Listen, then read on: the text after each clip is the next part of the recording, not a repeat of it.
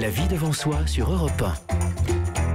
Isabelle Quenat. Chaque jour, elle nous emmène un petit peu plus loin sur notre chemin de développement personnel. Jusqu'où ira-t-elle? Puisqu'aujourd'hui, elle nous propose de nous débarrasser de notre costume de sauveur. Mais oui, ça ne vous a pas échappé. Demain, c'est Halloween, sauf qu'en développement personnel, pas besoin d'une fête américaine glauque et sans intérêt, si ce n'est se faire racketter en pépito par les enfants des voisins du deuxième.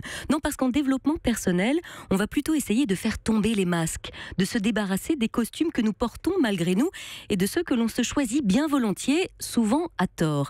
Et si aujourd'hui on retirait notre cape de sauveur? Oui, à vous, l'éternel ami disponible, à vous qui vous inquiétez tout le temps pour les autres, à vous qui prenez parti pour les plus faibles dans les conflits, à vous le soutien sans faille pour vos proches, à vous qui allez même au-devant du besoin des autres, à vous qui conseillez et qui trouvez des solutions pour tout le monde tout le temps, à vous, petit Saint-Bernard, qui trouvez parfois peut-être un peu lourd le petit tonneau que vous avez accroché autour du cou, à vous, infirmière en puissance, qui n'attirez dans votre couple que des hommes qui ont besoin d'être sauvés. Oui, à vous qui vous sentez un peu à l'étroit dans votre rôle de sauveur, avez-vous déjà essayé, juste pour voir, de ne pas interférer, de ne pas vous interposer dans une situation, de déposer ce casque bleu des Nations Unies que vous portez depuis si longtemps au bureau, au déjeuner de famille, au repas de Noël, où vous vous érigez en défenseur de la veuve et de l'opprimé, juste pour maintenir l'harmonie du clan? Avez-vous déjà essayé de voir ce qui se passerait si vous ne faites rien? Là où je vous invite à réagir, c'est si déjà cette idée vous remplit de culpabilité.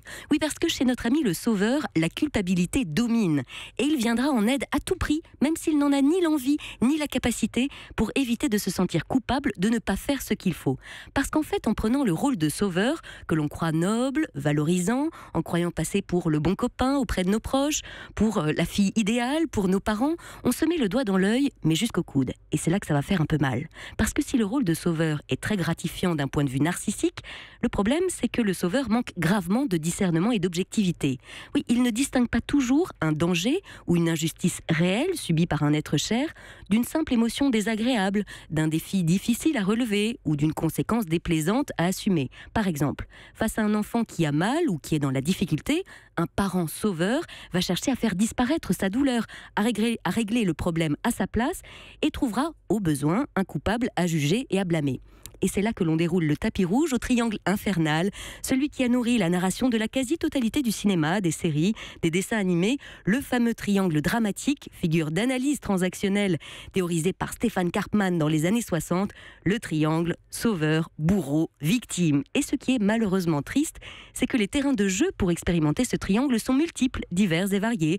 Il y a le triangle papa, maman et enfant, le triangle frère, sœur, parents, le triangle entre trois amis, entre deux collègues, un patron, et tout autant de possibilités de manipulation. Alors notre ami sauveur, on le sait, intervient souvent sans demande, en pensant à la place des autres, en étant certain de ce qui sera bon pour l'autre, et c'est là qu'il peut faire mal. À ce titre-là, le psychanalyste Guy Corneau rappelle dans son livre « Victime des autres, bourreau de soi-même » que la base pour aider quelqu'un, eh bien, c'est qu'il soit en demande. Et que dans demande, il y a donc formulation de demande. Parce qu'en fait, à bien y regarder, quand on revêt son costume de sauveur, la plupart du temps, personne ne nous a sifflé. Alors oui, il est peut-être temps de lâcher ce vieux rôle.